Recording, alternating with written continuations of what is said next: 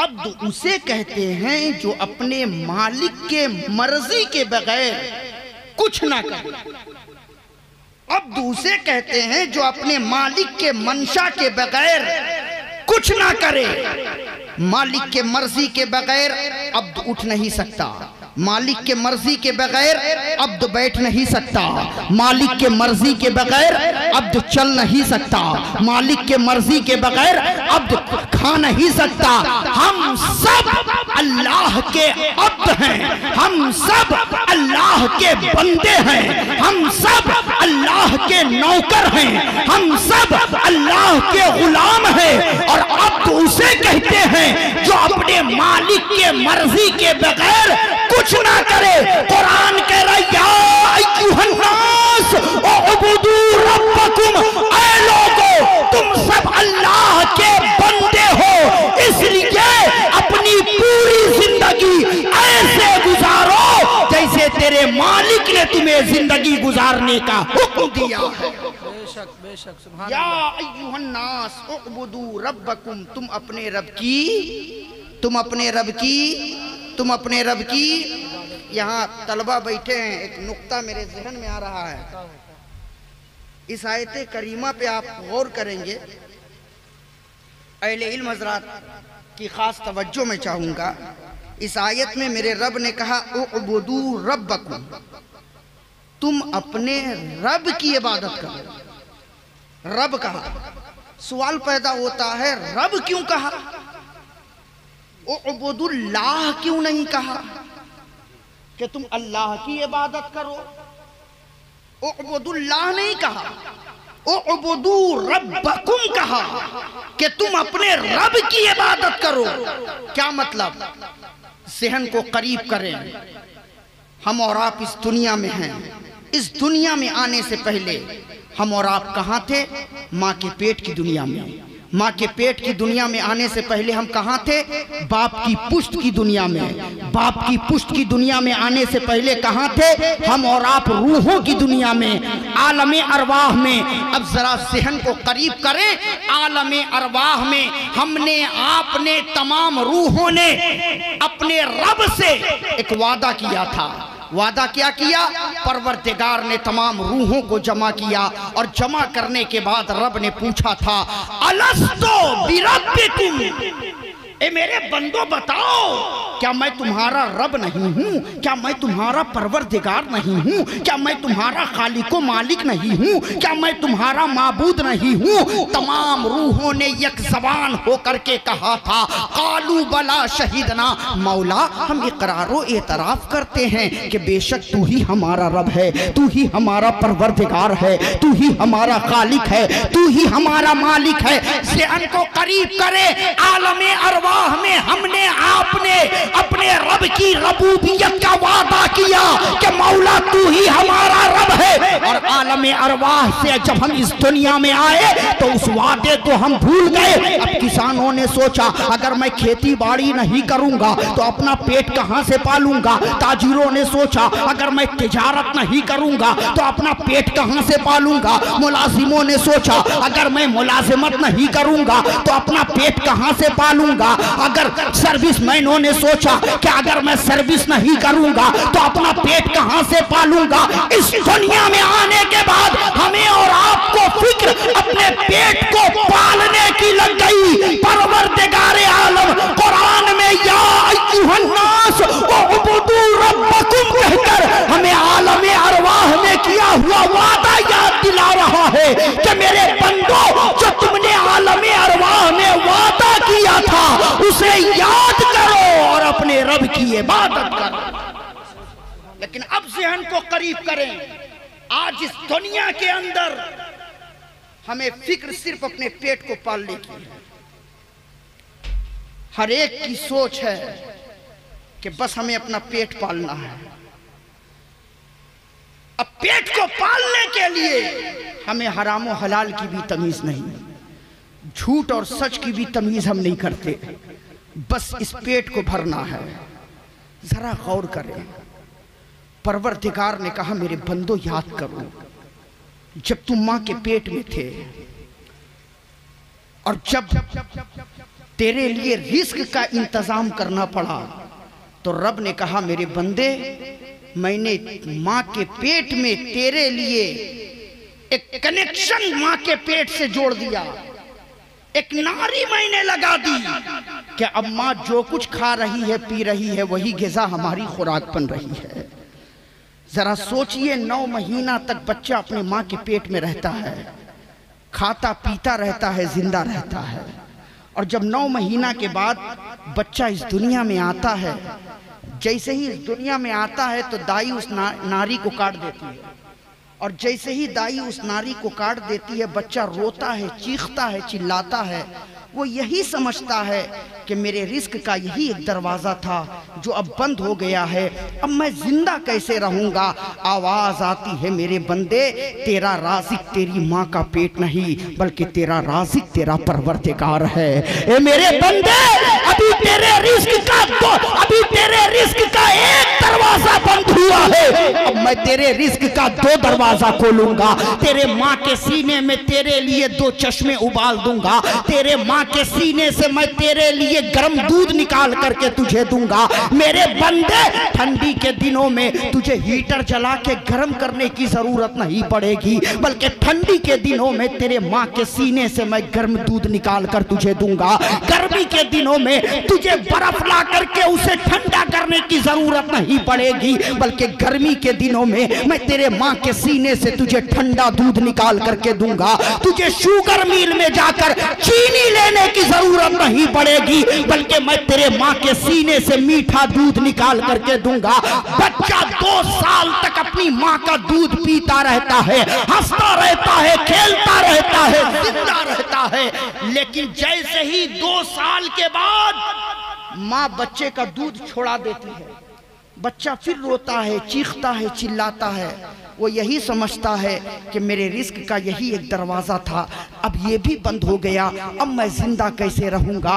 आवाज़ आती है मेरे बंदे, अभी तेरे रिस्क का 2 दरवाज़ा बंद हुआ है, अब मैं तेरे रिस्क का 4 दरवाज़ा खोलूँगा। अब मैं तुझे ज़मीन से सब्जियाँ उगाकर मैं तुझे रिस्क दूंगा, आसमान से बारिशें बरसाकर मैं तुझे रिस्क दूंगा। अब मैं चांदो सूरज को तेरे ताबे करके तुझे रिस्क दूंगा, निज़ामे कायनात चलाकर मैं तुझे रिस्क दूंगा। मेरे बंदे, जब तक तू जिंदा रहेगा, तेरी सांसें चलती रहेगी, मैं तुझे रिस्क देता रहूंगा। ये मेरे रब का वादा है कि मेरे बंदे, मैं तुझे रिस्क दूंगा। अब गौर करें, जब जिंदगी पूरी हो जाती है, मौत आ जाती है, और जब मौत आ जाती है तो हम और आप यही कहते हैं कि इसका रिस्क मुकम्मल हो गया इसलिए दुनिया से चला गया, इसका रिस्क मुकम्मल हो गया इसलिए इसकी रूह परवास कर गई।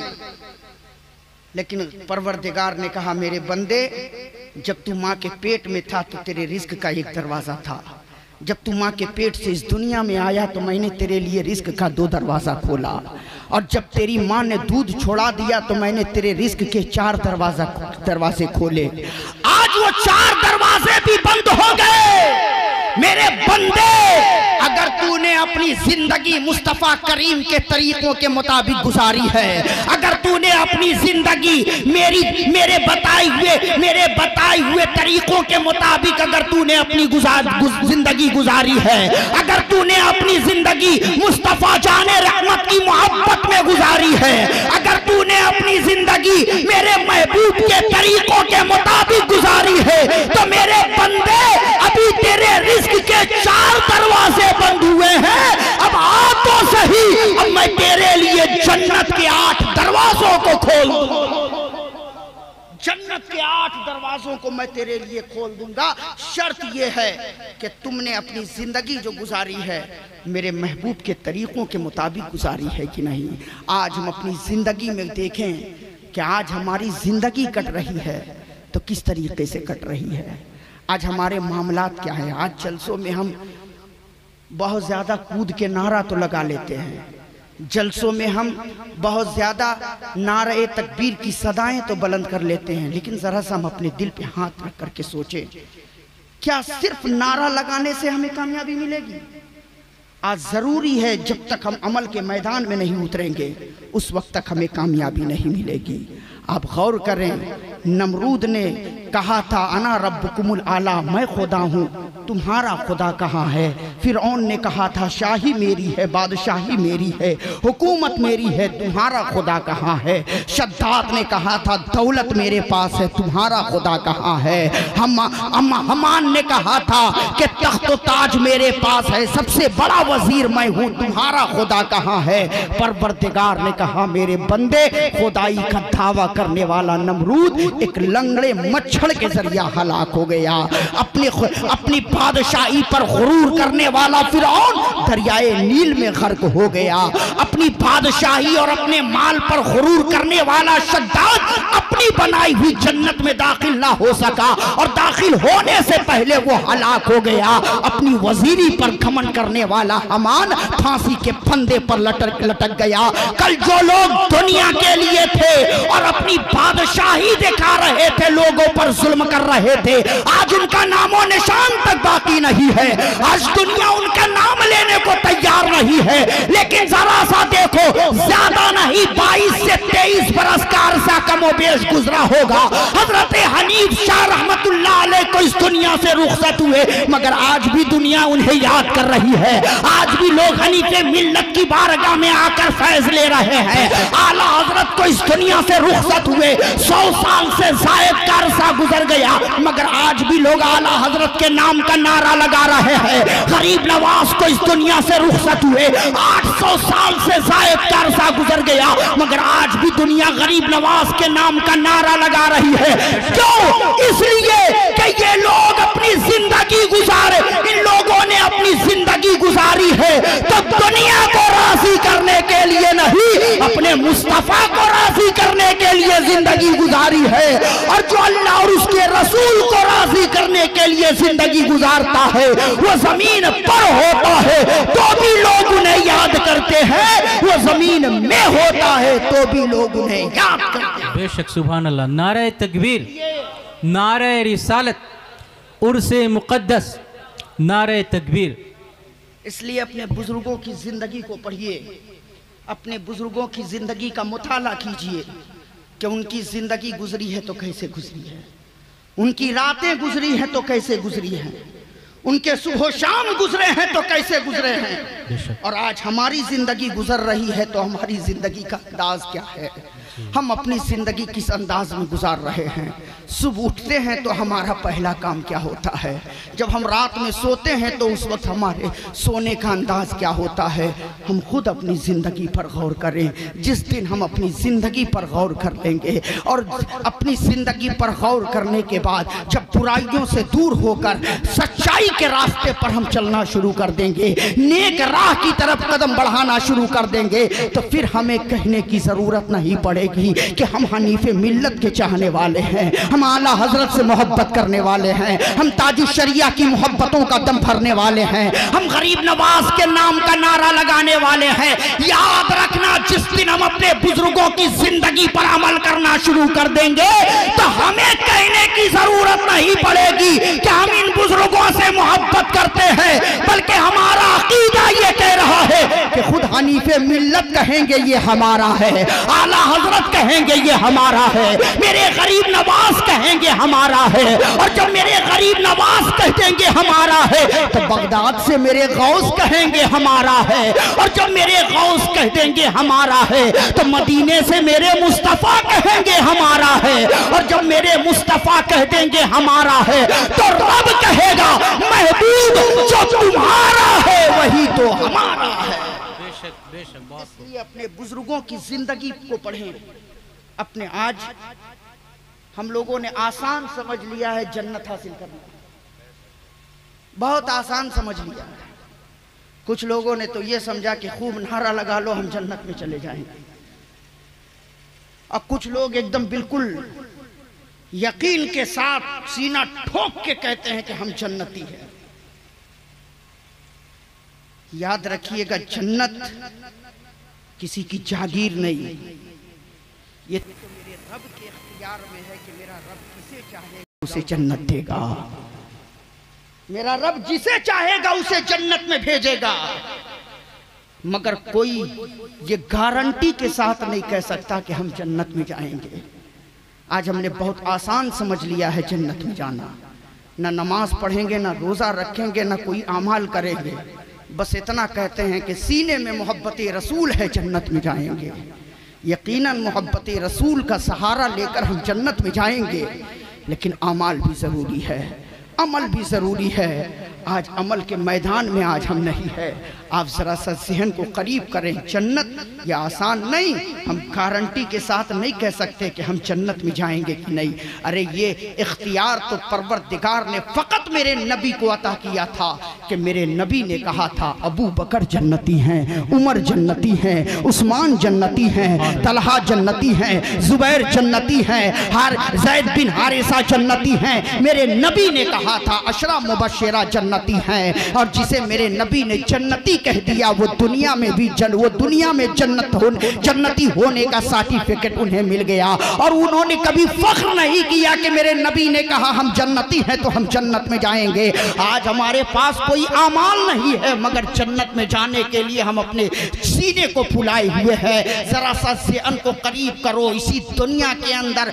एक अल्लाह के बहुत बड़े वली गुजरे हैं जिनका नाम हजरत हसन बसरी है। कहते हैं हजरत हसन बसरी अल्लाह के वली, ऐसे वली कि जिनके बारे में आता है कि मेरे मुस्तफ़ा जब मेराज शरीफ पर गए थे, जो जुब्बा पहनकर मेरे नबी मेराज में गए थे, वो जुब्बा मेरे नबी ने मौला अली को अता किया था, और मौला अली ने वो जुब्बा हजरत इमाम हसन बसरी को अता किया था। वो हसन बसरी जिनका मकाम इतना ऊंचा है कि किताबों में आता है कि मौला अली के शागिर्द का नाम हजरत हसन बसरी है, मौला अली के खलीफा का नाम हजरत हसन बसरी है। वो हसन बसरी जिनका मकाम इतना ऊंचा, मर्तबा इतना आला, कहते हैं कि जब मेरे पास निकाह के लिए, शादी के लिए जगह जगह से रिश्ते आने लगे, लोग यही कहते थे मेरे पास आकर, हसन बसरी मेरी बच्ची से आकर मेरी बच्ची से निकाह कर लो, हसन बसरी मेरी बच्ची से शादी कर लो, हसन बसरी मेरी बच्ची से निकाह कर लो। हजरत हसन बसरी ने कहा था ऐ लोगों, मैं किसी के भी अरीज़ा को फरामोश नहीं करूंगा, लेकिन सबसे पहले इस बसरा की जमीन पर एक औरत है, उसे मैं निकाह का पैगाम दूंगा। अगर वो औरत, वो खातून मुझसे निकाह करने को तैयार हो गई तो ये मेरी खुशनसीबी होगी कि मैं उस खातून से निकाह करूं। लोगों ने पूछा था ये हसन बसरी वो खातून कौन है, क्या नाम है उस खातून का? कहते हैं कि उस खातून का नाम राबिया बसरिया है। गौर कीजिए, कहते हैं हजरत हसन बसरी कि मैं राबिया बसरिया के दरवाजे पर गया, दरवाजे से आवाज दिया राबिया, अंदर से आवाज आई कौन? हसन बसरी कहते हैं राबिया मैं हसन बसरी हूँ, तेरे दरवाजे पर आया हूँ। राबिया कहती है हसन बसरी मेरे दरवाजे पर क्यों आए हो? हसन बसरी कहते हैं राबिया मेरे पास निकाह के बहुत सारे रिश्ते आ रहे हैं, हर एक पैगाम मेरे पास लेकर आ रहे हैं कि मेरी बच्ची से निकाह कर लो, लेकिन ए राबिया मैं खुद चलकर तेरे दरवाजे पे आया हूँ। राबिया ये बताओ क्या तुम मुझसे निकाह करोगी, तुम मुझसे शादी करोगी? ज़हन को करीब कीजिए, देखिए बुजुर्गों के दरबार से हमें पैगाम क्या मिल रहा है। जैसे ही हसन बसरी ने कहा था राबिया तुम मुझसे निकाह करोगी, अंदर से आवाज आती है हसन बसरी वो कौन औरत होगी जो तुमसे निकाह करना ना चाहे? क्या बात है। ए हसन बसरी तुम मौला अली के शागिर्द हो। ए हसन बसरी तुम्हारा मकाम ऊंचा है, तुम्हारा मर्तबा आला है, लेकिन ए हसन बसरी जब तुम निकाह का पैगाम लेकर मेरे दरवाजे पर आए हो तो मेरे 4 सवाल है। अगर उस 4 सवाल का जवाब तुम मुझे दे दो तो फिर राबिया सोचेगी कि राबिया हसन बसरी से निकाह करेगी कि नहीं। हसन बसरी ने सोचा कि वो कौन सा सवाल होगा जिसका जवाब हसन बसरी ना दे सके। तो हसन बसरी ने कहा था राबिया पूछो क्या पूछना चाहती हो, क्या तुम्हारा सवाल है? जैसे ही हसन बसरी ने कहा था राबिया पूछो तुम्हारा सवाल क्या है, राबिया अंदर से कहती है हसन बसरी मेरा पहला सवाल ये है कि तुम मुझे बताओ कि राबिया जन्नत में जाएगी या जहन्नम में जाएगी? ये राबिया बसरिया का पहला सवाल था हसन बसरी से। कहा हसन बसरी बताओ राबिया जन्नत में जाएगी या जहन्नम में? हसन बसरी कहते हैं कि जैसे ही ये सवाल राबिया ने मुझसे किया मेरे पैर के नीचे से जमीन निकल गई। मैं खड़ा सोचने लगा कि राबिया ने ये कैसा सवाल मुझसे कर लिया है जिसका जवाब मैं नहीं दे सकता।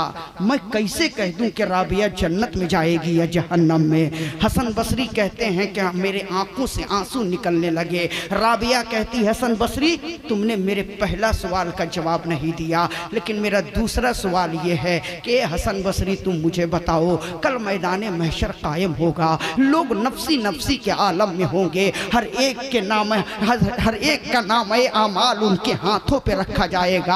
हदीसे पाक में आता है कि किसी के दाहिने हाथ में आमाल दिए जाएंगे तो किसी के बाएं हाथ में दिए जाएंगे। ए हसन बसरी तुम मुझे बताओ, कल मैदान महशर में जब राबिया के हाथ में आमाल रखे जाएंगे तो राबिया के दाहिने हाथ में आमाल रखे जाएंगे या बाएं हाथ में आमाल रखे जाएंगे? हसन बसरी कहते हैं, राबिया मैं तुम्हें कैसे बताऊं कि तेरे कौन से हाथ में परवरदिगार तेरे आमाल को रखेगा, तेरे दाहिने हाथ में रखेगा या बाएं हाथ में रखेगा? इसका जवाब हसन बसरी कैसे दे सकता है? राबिया ने कहा, हसन बसरी मेरा तीसरा सवाल यह है कि कल मैदान महशर में मीज़ान अमल पर लोगों के आमाल तौले जाएंगे, किसी की नेकियों का पल्ला भारी होगा तो किसी के गुनाहों का पल्ला भारी होगा। ए हसन बसरी मुझे बताओ, कल मैदान महशर में जब राबिया के आमाल तौले जाएंगे तो राबिया की नेकियों का पल्ला भारी होगा या गुनाहों का पल्ला भारी होगा? हसन बसरी कहते हैं कि मेरे आंखों से आंसू जारी थे, मेरे पास कोई जवाब ना था।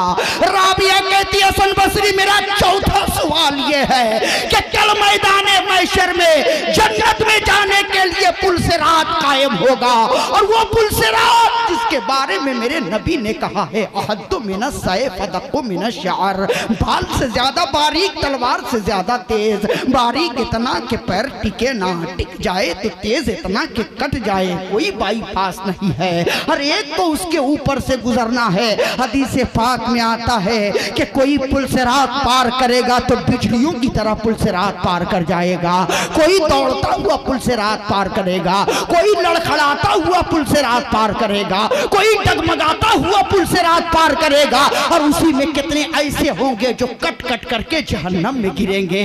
राबिया कहती है, हसन बसरी मुझे बताओ, कल जब राबिया को पुल से रात पार करना होगा तो राबिया पुल से रात पार कर जाएगी या कट करके जहन्नम में गिर जाएगी? हसन बसरी कहते हैं कि मैं थर थर कांप रहा था और रो रहा था कि राबिया ने आज मुझसे कैसा सवाल कर लिया है जिसका जवाब हसन बसरी के पास नहीं है। राबिया बार बार कह रही है, हसन बसरी तुम मौला अली के शागिर्द हो, ए हसन बसरी बताओ ना कि राबिया जन्नत में जाएगी या जहन्नम में? ए हसन बसरी बताओ ना कि राबिया के किस हाथ में अमाल रखे जाएंगे? हसन बसरी बताओ ना कि मैदान महशर में राबिया की गुनाहों का पल्ला भारी होगा या नेकियों का पल्ला भारी होगा?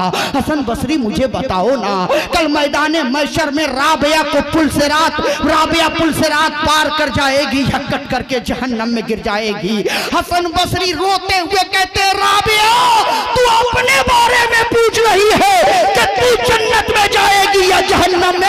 अरे हसन बसरी अपने बारे में नहीं बता सकता कि हसन बसरी जन्नत में जाएगा या जहन्नम में जाएगा। राबिया तू अपने बारे में पूछ रही है कि कल तेरे किस हाथ में अमाल रखे जाएंगे? हसन बसरी अपने बारे में नहीं बता सकता कि हसन बसरी के दाहिने हाथ में अमाल रखे जाएंगे या बाएं हाथ में अमाल रखे जाएंगे।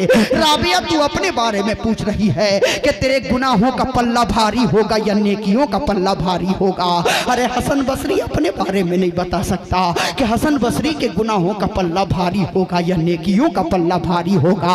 राबिया तू अपने बारे में पूछ रही है कि कल तू पुल से रात पार कर जाएगी या कट करके जहन्नम में गिर जाएगी। हसन बसरी अपने बारे में नहीं बता सकता कि हसन बसरी पुल से रात पार कर जाएगा या कट करके जहन्नम में गिर जाएगा। तब राबिया कहती है, हसन बसरी निकाह के लिए तुम्हें बहुत सारी औरतें मिल जाएंगी, उनसे निकाह कर लेना। अभी राबिया के सामने ये 4 घाटियां हैं और दुनिया में रहकर राबिया को यह यकीन हासिल राबिया जन्नत में जाएगी या जहन्नम में, राबिया के किस हाथ में आमाल रखे जाएंगे, राबिया की नेकियों का पल्ला भारी होगा या गुनाह होगा, राबिया पुल सिरात पार कर पाएगी या कट करके जहन्नम में गिर जाएगी। और इस पर यकीन हासिल करने के लिए दुनिया को राजी करने की जरूरत नहीं, अपने खुदा को राजी करने की जरूरत है। मेरा खुदा राजी हो जाएगा, इन चारों चीज पर हमें दुनिया में यकीन हासिल हो जाएगा। ये बुजुर्गों की जिंदगी है। बेशक हमारे पास क्या अमाल है, हमने कौन सी नेकियां की। एक वक्त हम सजदा भी नहीं कर पाते और सीना फुला करके हम घूम रहे हैं कि हम जन्नत में जाएंगे। ये मेरे रब का करम होगा तो रब की रहमतों के सहारे हम जन्नत में जाएंगे। लेकिन हमारे पास आमाल कुछ नहीं है, नेकियां कुछ नहीं है। इसलिए अपने बुजुर्गों की महफिलों में आओ, उर्स में आओ, शिरकत करो तो दिल में ये नीयत लेकर के बैठो कि इन बुजुर्गों का फैज़ हम पर जारी हो जाए और यहाँ से हम उठें तो कुछ ना कुछ लेकर के उठें, कुछ ना कुछ लेकर के उठें। और यकीनन अगर आप एक बात पर भी अगर आप अमल कर लेंगे तो ये जितनी मेहनत की गई है ना, सारी मेहनतें वसूल हो जाएंगी। हमारा बोलना भी कबूल हो जाएगा और आपका पूरी रात जागना भी रब की बारगाह में कबूल हो जाएगा। इसलिए अपने आमाल को ठीक कीजिए, अपने आमाल को बेहतर कीजिए। अल्लाह ताला हम सबों को इहदिना सिरातल मुस्तकीम पर चलने की तौफीक अता फरमाए। नेक आमाल पर हम सबों को सही तरीके से परवरदिगार अमल की तौफीक अता फरमाए। यार जिंदा सोहबत बाकी, वमा अलैना इल्लल बलाग। अस्सलाम वालेकुम।